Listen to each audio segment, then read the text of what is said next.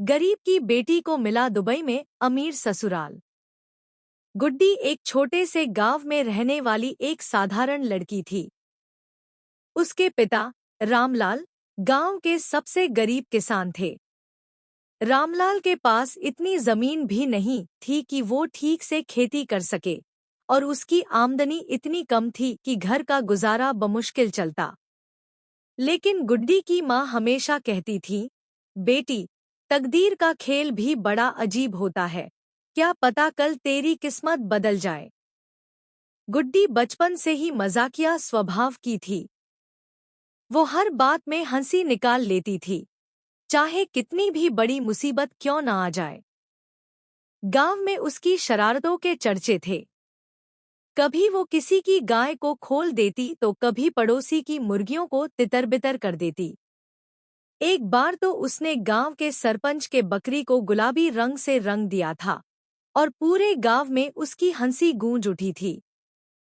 गुड्डी के पिता ने जैसे तैसे उसकी शादी के लिए एक लड़का खोजा, राजू, जो दुबई में काम करता था।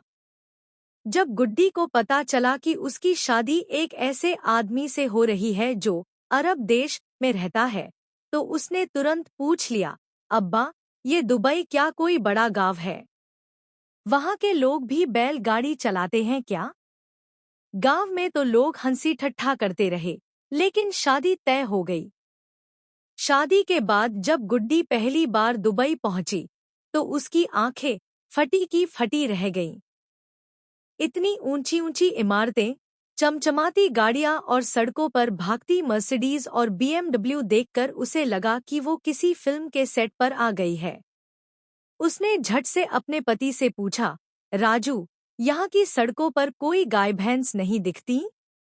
तुम्हारे यहाँ दूध कैसे आता है? राजू उसकी बात सुनकर हंस पड़ा और बोला, अरे पगली, यहाँ दूध सुपरमार्केट में मिलता है। और हाँ, यहाँ कोई भैंस को घास डालते हुए नहीं मिलेगा। गुड्डी को तो हर चीज अजीब लग रही थी। वो एयरपोर्ट से बाहर निकली तो चिल्ला पड़ी, अरे बाप रे!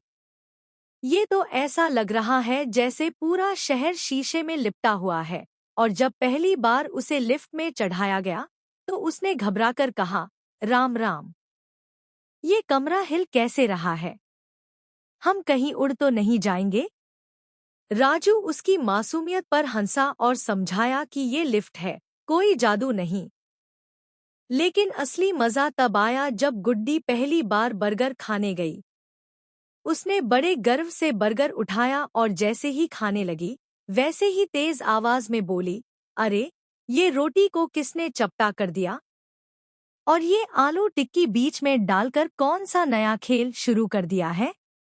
दुकान का मालिक हंसते हंसते लोटपोट हो गया। लेकिन दुबई में असली धमाका तब हुआ जब गुड्डी पहली बार शॉपिंग करने गई। वो जब मॉल में घुसी, तो वहां की चमक धमक देखकर उसे लगा कि ये कोई राजा महाराजाओं का महल है। जैसे ही उसने एक चमचमाते बैग का दाम पूछा, तो सुनकर उसकी चीख निकल गई, अरे, इतने में तो हमारा पूरा घर बिक जाएगा। इस बैग में सोने की सिलाई है क्या?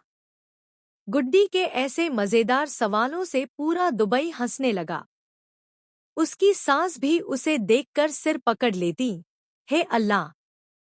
ये लड़की तो पूरे खानदान की नाक कटवा देगी। लेकिन गुड्डी की मासूमियत और मजाकिया अंदाज ने सबका दिल जीत लिया। धीरे धीरे गुड्डी ने दुबई की जिंदगी को अपनाना शुरू कर दिया। लेकिन उसका देसी अंदाज कभी नहीं गया। एक दिन जब वो पहली बार होटल में बैठकर खाना खा रही थी, तो उसके सामने वेटर आया और पूछा, मैडम, आपके लिए क्या लाना है? गुड्डी ने बड़े गर्व से कहा, एक कटोरी दाल, 2 रोटी और थोड़ा अचार। वेटर चौंक गया, मैडम, यहाँ दाल रोटी नहीं मिलती, यहाँ पास्ता, पिज्जा और सुशी मिलती है। गुड्डी ने चौंक कर पूछा, ये सुशी कौन सी सब्जी है? इसमें आलू होता है या नहीं? पूरा होटल उसकी बात पर हंस पड़ा।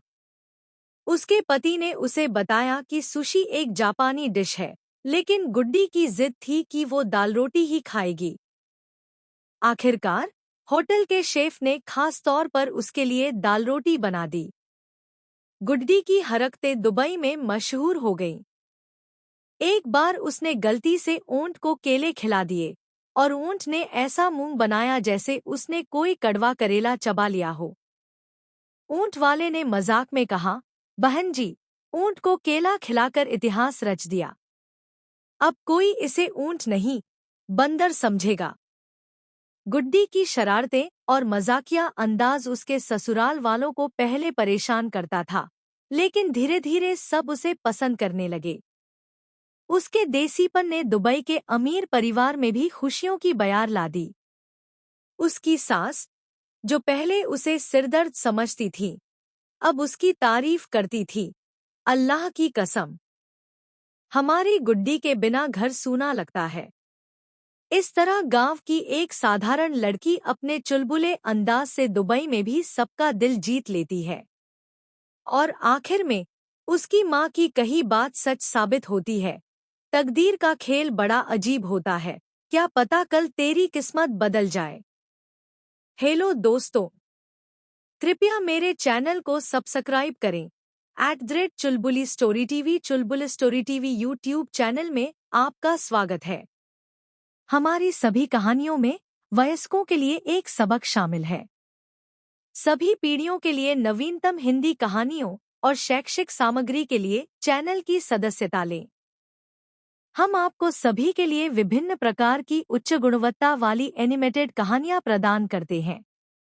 आपके संपर्क करने पर हमें हमेशा खुशी होती है। कृपया अपनी प्रतिक्रिया कमेंट बॉक्स में साझा करें। आपके प्यार और समर्थन के लिए धन्यवाद।